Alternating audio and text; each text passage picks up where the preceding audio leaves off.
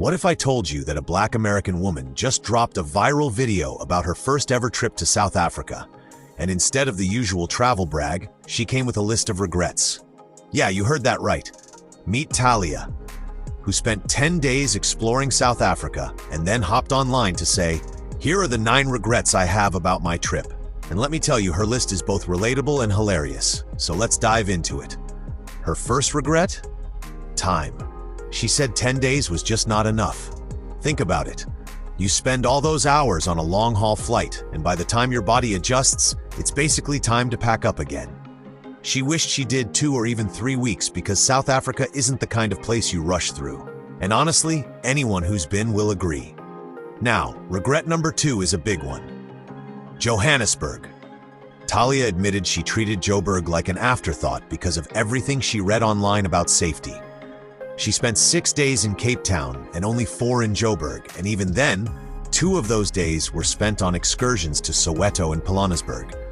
But here's the twist. She realized it wasn't nearly as bad as what she'd been told. Sure, you've got to be alert, but she actually wished she had explored Johannesburg more freely instead of letting fear dictate her itinerary. That's a powerful realization right there. Number 3. This one hit differently. She regretted not being intentional about supporting Black-owned businesses in South Africa. Back home, she makes it her mission to highlight them. But on this trip, between hitting the must-see landmarks, soaking in the history, and juggling time, it just didn't happen. She only managed to eat at one Black-owned restaurant, Therapy in Cape Town, which she highly recommended. And she opened up about how complicated it felt, realizing that even in Africa, finding Black-owned spots wasn't as simple as she expected. She pointed out the lingering shadow of apartheid and how its effects are still visible today, just like colonial legacies are in the US and elsewhere. That honesty sparked a lot of conversations. Now let's lighten things up. Regret number 4, no beach day. Imagine being in Cape Town, surrounded by some of the most stunning coastlines in the world, Camps Bay, Clifton, the works, and not getting one full day to just relax on the sand. She said she just ran out of time, which is the most classic travel regret ever. Regret number 5, the Oranjezicht farmers market. Talia had it on her list, but between flights, wine country trips, and being flat out exhausted, she missed both the weekend market and the Wednesday night summer market. And if you know Cape Town, that's a tough one to skip. Then came regret number 6, the Old Biscuit Mill. It's basically a foodie heaven with DJs and dancing on weekends, but after her cooking class, she was so drained she couldn't make it. Relatable, because travel burnout is real. Regret number 7, the Kirstenbosch Botanical Gardens. This is one of the most famous gardens in the world, and she literally had it in her plans. But by the time she hopped off the bus to switch to the route that goes there, the gardens had already closed. Brutal timing. Regret number 8, missing out on Finn, one of the top restaurants in the world, right there in Cape Town. She tried booking months in advance, she checked daily while in town, but the reservations were impossible. And she admitted she would have dropped everything to get in if she could. That's dedication to food, right there. And finally, regret number 9, she didn't get to party properly. Talia said she was in Amapiano land, but didn't get the real nightlife experience. No late-night grooves, no packed dance floors, just not enough time to live it up. She promised herself next trip, she's doing it right. So there you have it, 9 regrets from a first-time visitor who still had an incredible experience in South Africa. And honestly, her honesty made this video stand out. Instead of pretending travel is perfect, she showed that sometimes it's the things you miss that make you want to come back even more. What do you think? Would you do South Africa in 10 days? Or are you team 3 weeks like Talia suggested? One thing's for sure, South Africa left its mark on her, and by the sound of it, she'll be back for that beach day, that restaurant booking, and yes, that Amapiano party. Here are the 9 regrets I have about my first trip to South Africa. Hi, my name is Talia. We love a list over here, so make sure you're following for daily list. So I finished posting all of the South Africa content yesterday. You can check out this playlist or my blog for more. I'm sharing where I went, what I ate, what I did, how much I spent, when I booked everything. 11 vlogs, 9 blogs.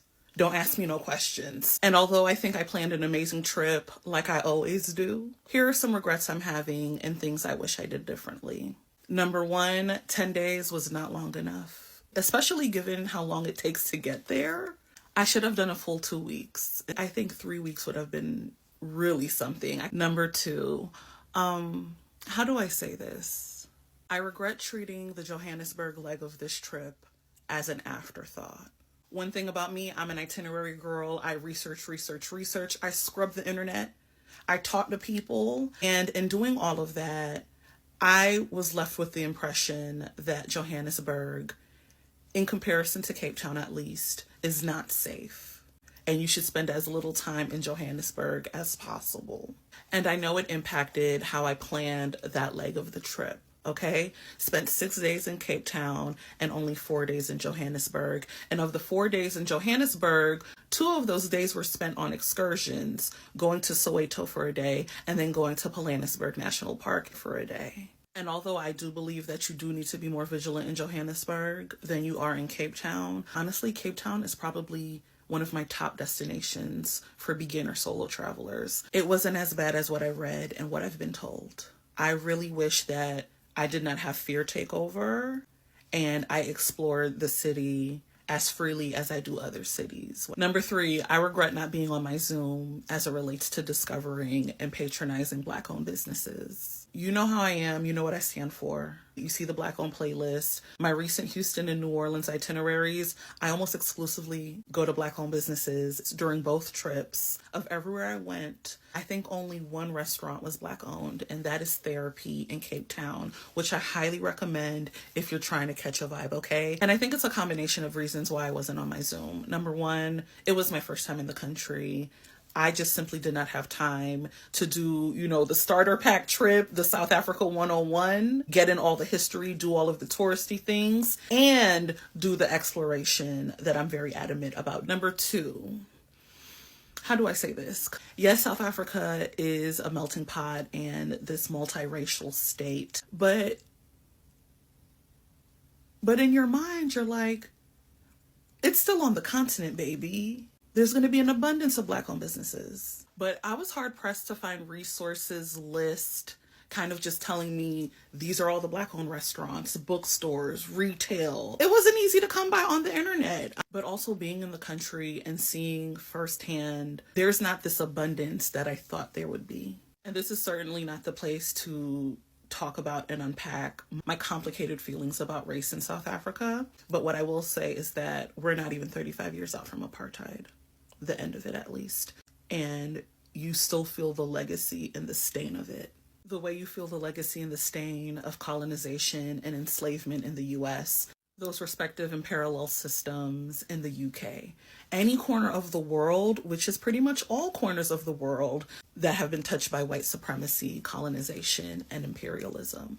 Let's move on to something lighter. Number 4, I regret not having a beach day and spending significant time in camps in Clifton Bay. So those are 2 neighborhoods, areas in Cape Town. Cape Town is a coastal city. South Africa has opposite seasons to the US. So it was actually summertime last month. There just wasn't enough time for a beach day to, catch a little beach vibe in those neighborhoods. Number 5, I did not get a chance to visit the Oranjezicht farmers market.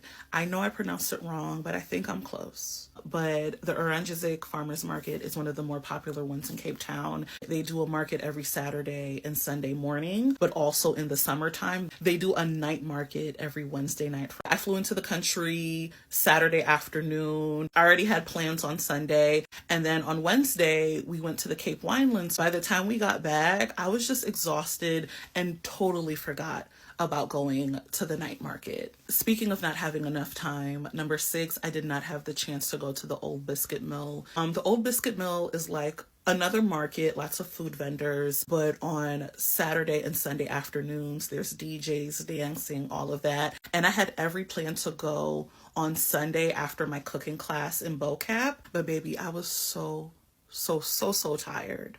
Number 7, did not get a chance to go to the Kirstenbosch Botanical Gardens. Our last day in Cape Town, we did the hop on, hop off bus. So we did the main route and we had every plan of doing that second route that would have taken us to the gardens. By the time we got off the first bus to get on the second bus, they were closed for the day. Number 8, did not get a chance to eat at Finn.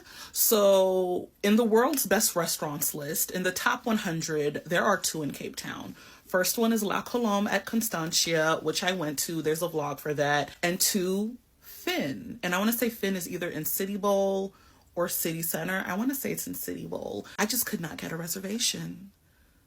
4 months out, 5 months out.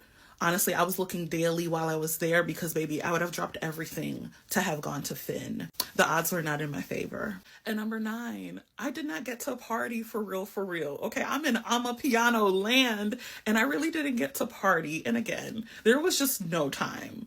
So when I go in the future, when I do my little 3 months, 6 months, however long the visa lets me stay, baby,